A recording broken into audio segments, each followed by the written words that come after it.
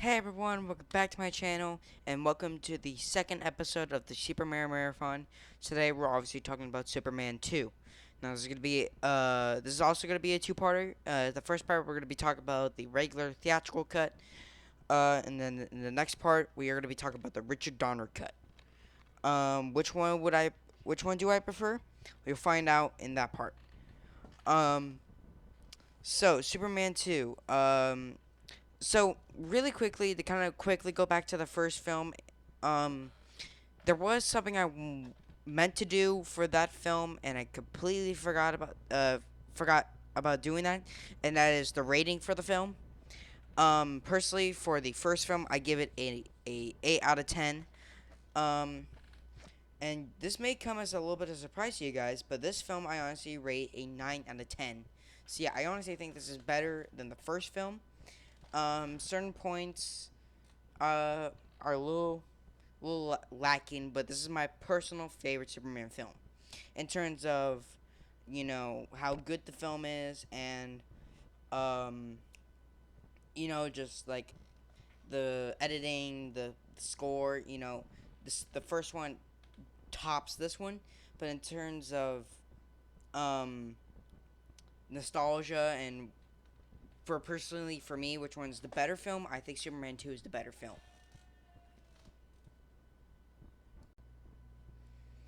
Sorry about that. I had some family over. But anyways, get back to the technicals here. So this was made on a budget of 54 million. At the domestic box office, it came around to over 108 million dollars. Worldwide, it made 190 million dollars. So this was still very profitable. Uh, Now this one, it was directed by Richard Donner and Richard Lester. Now I will be discussing that later on in the video. So the plot for this film is basically Superman, played by Christopher Reeve again, foils the plot of terrorists by hurtling their nuclear device into outer space. But the bomb shockwaves free the Kryptonian villain General Zod, played by Terrence Stamp, and his henchman Ursa, played by Sarah Douglas, and Non, played by Jack O'Harley. I believe that's how you say it. I don't know. From their imprisonment. Traveling to Earth, they threaten the planet with destruction at the same time that Superman decides to renounce his powers in order to live a normal life as Clark Kent with his new. Apparently, I spelled this one wrong. Um, um, with Lois Lane. I don't know. I really don't know what I was spelling there. So obviously, the main cast is back. Christopher Reeve is fantastic. Lois Lane is back. Um, Gene Hackman is back as Lex Luthor, and he's great. Um, but I didn't write them on the notes here because like that's a given. And plus I already wrote them down for the first one, so what's the point of writing them again? So for the rest of these, basically I'm just gonna be writing down the new cast. Um, so for this one we have the three main villains besides Lex Luthor. And plus he was like now he's like kind of like a quote unquote sidekick for this one now. Because he's overshadowed by Terrence Stamp as General Zod. I think he does a very funny perform. Oh, well, not a funny performance, but like he sometimes goes really over the top, and it's like That's kind of how I saw General Zod as. Like he would be threatening at some moments, and then other moments like he would just be kind of kooky, and um and that's how I kind of saw General Zod as. In Man of Steel, they kind of ruined it for me, which I'll talk about when I do the next Superman marathon, if I ever feel like doing that. Um, Sarah Douglas as Ursa. Um, she was she was interesting. She's kind of like, well, I mean, they're all pretty good, but like I don't know what her fetish with badges in this film, cause she takes the astronauts badge, which makes um basically she kills an astronaut in this film. So that's surprising. Well, because she takes the badge off of that guy, and um like the atmosphere, like he can't like breathe on on outer space and stuff. So yeah, sorry about that. That was just my uncle. Um, but yeah, she takes the badge off of that guy, and then later on, when the two cops show up after they first arrive on Earth, she takes the badge off the junior officer as well, which is, and then like I think later on in the film she has like 5 to 10 of them. Like where is all that? And plus, what's your fetish for badges? So yeah, I don't know. Jacko Hallowy. I don't know how you spell that. I don't know how you speak that last name. Um, but he plays Non.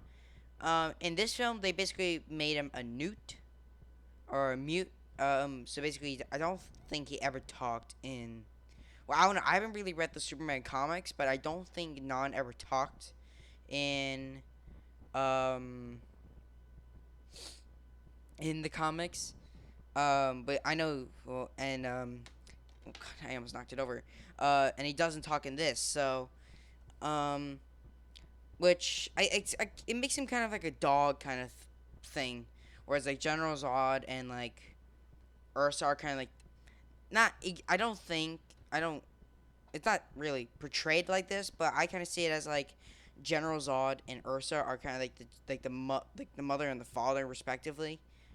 Oh well, Zod's the father and Ursa's the mother, and then Non is like the dog of like the family kind of thing. That's why I see it as. Um. Um. So yeah, that really does it for the cast. Now, I will discuss this more in the next part, but I'll discuss it really quickly now. The reason why I said Richard Donner slash Richard Lester is because Superman 1 and 2 were being filmed at the same time. And obviously, Superman 1 was directed by Richard Donner. So that means Richard Donner was also directing Superman 2 at the time. But when the budget was getting out of hand, they decided to hold off of Superman 2 and then just finish the first film because like what if the first one flopped, then all this footage would just it would just get thrown away. Um, and obviously Superman was a hit. Um, Now, if you really want to get into the story about why Richard Donner was fired, there's like a whole bunch of videos out on the internet, so I don't really want to get into that. But the point is that Richard Donner was fired, and Richard Lester came on board and had to finish the film for the original release. Um, and then obviously in 2006, Richard Donner came back and made the Richard Donner cut of Superman 2. Which I believe it's around. It's actually a few minutes shorter than the theatrical cut. But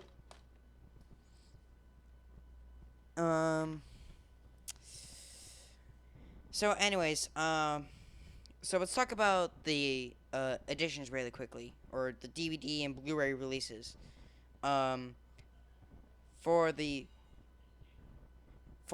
first film, I already went over those. So this for Superman 2, this was a later release. So this is a one disc edition, which uses the cover from like I believe the 2006 two disc edition. So there's the front, there's the spine, and there's the back. Uh, the special features, the movie with commentary by executive producer Elias Salkind and producer Pierre Spangler. Uh, Superman's, it's some kind of French name.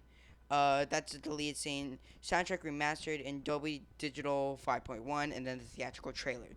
So this doesn't really have anything on it, but this came out in 2009, and I believe the two disc edition, which yes, there is a two disc edition of this, which literally looks like the exact same, but it has a banner on the top that says like 2 disc edition, the special edition. Um, that has like a whole bunch of special features, and then there was the Blu-ray that was released in the box set, which I believe is the only way that you can get the theatrical cut, Region One on Blu-ray. There's been, I would say, I think there was a couple releases in like I forgot where they were, but there was some like foreign countries. But the only way that you get the theatrical cut on Blu-ray in the United States and Canada is through that box set. Um, I'll talk about the editions later for the Richard Donner cut, but that did get a Blu-ray release by itself in the United States. Um, so this edition actually uses the disc from I believe the 2001 edition of the film because I recognize the blue banner at the bottom. But the 2 disc edition, it came with actual different cover designs, which reminisces of the DVD editions of the.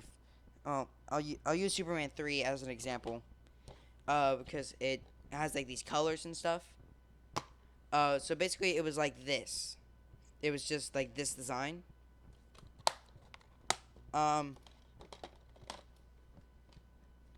And I believe that's it for the editions. So a quick fun fact before I end this part and go on to the next part. So some prints of the film were shown in some theaters with a short-lived mega sound format. Now, I did not actually know about this until I was doing research about this film, but apparently back in the 1980s there was a new sound system that Warner Brothers was using for some of their films called Mega Sound, which was basically the 80s equivalent of like now's like our IMAX and like 3D, that sort of thing. Well, I don't think 3D, but it's like IMAX and sort of thing. So basically, I believe they printed some prints were in 70 millimeter, and they were released like that. And but I think it was a very short-lived sound processor, which is why I really never have heard of this until recently. Um, okay, really quick. Actually, this is the last thing, and then I'll end this part and go into the next part. Before I forget about this part, like I did the last time, this is the soundtrack release.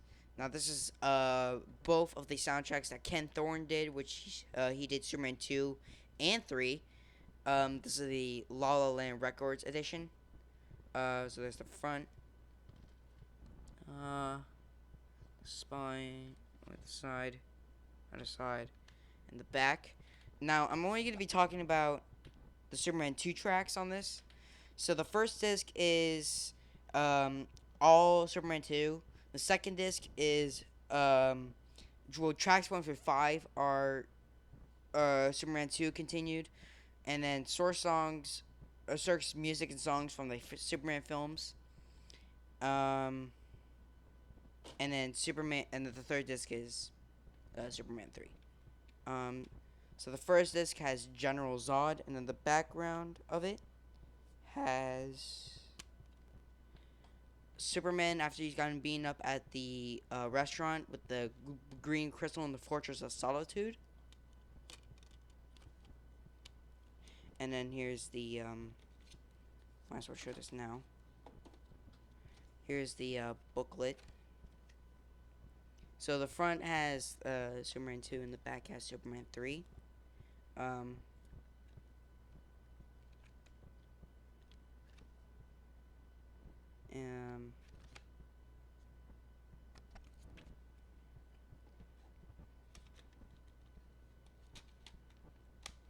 And then the second disc has Superman from I believe Superman. That's an image from Superman 3, and the third disc has Richard Pryor. And then The background is a I think this is the moment when Superman gets given the kryptonite that Richard Pryor makes and has given to Superman. And so yeah, um, gotta put that up there because you gotta make sure that this is a Superman 2 review. Um, so yeah, guys, so that's gonna be it for this part. Stay tuned very soon because that's when I'm gonna be making the second part to the Superman 2 review, which is all gonna be about the Richard Donner cut, and I will be talking a little bit in the beginning about the TV version. So, hope you guys enjoyed, and see you guys in the next one. Live long and prosper. Out.